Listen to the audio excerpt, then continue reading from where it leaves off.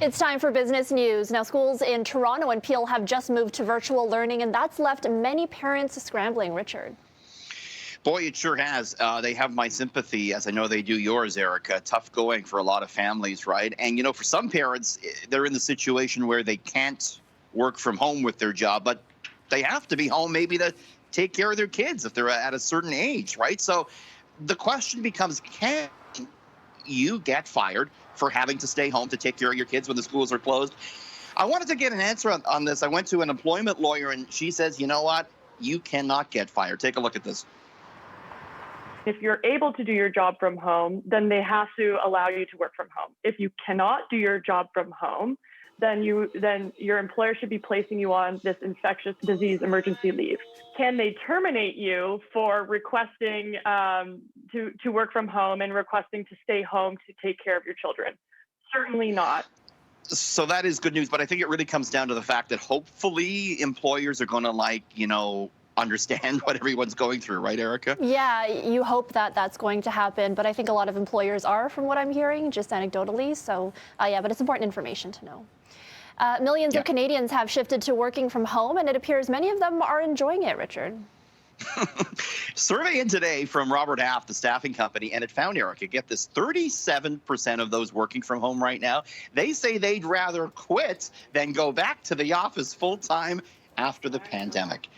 And one of the reasons why, Erica, they say it's their coworkers. Not necessarily that they don't like them, but they say their relationship with their coworkers is better now.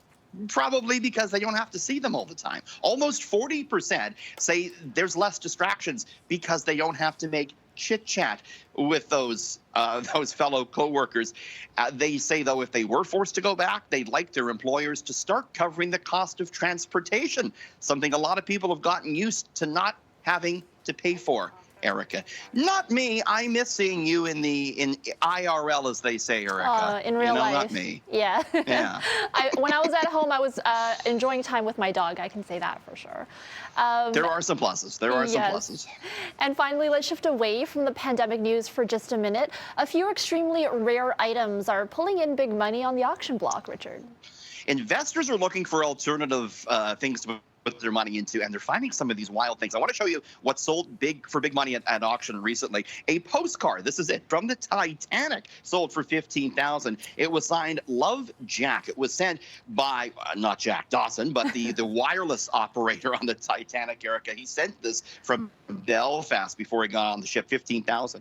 A rare Superman comic sold for $3.25 million. This is Action Comics #1 when they introduced Superman. This particular one said to be in absolute mint condition. $3.25 million. I believe it. Yeah.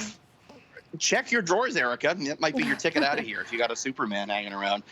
Finally, a forgotten copy of Super Mario Brothers, the video game from 1986, selling for $660,000. Erica, some guy bought this as a Christmas gift for someone in 1986, forgot it in his drawer for 35 years, found it. They said this is a rare copy. It's unopened. $660K. Erica, we should be so lucky, eh? Yeah, I'm just going to check all my drawers for all these old things I might have forgotten and see if they'll bring in big money.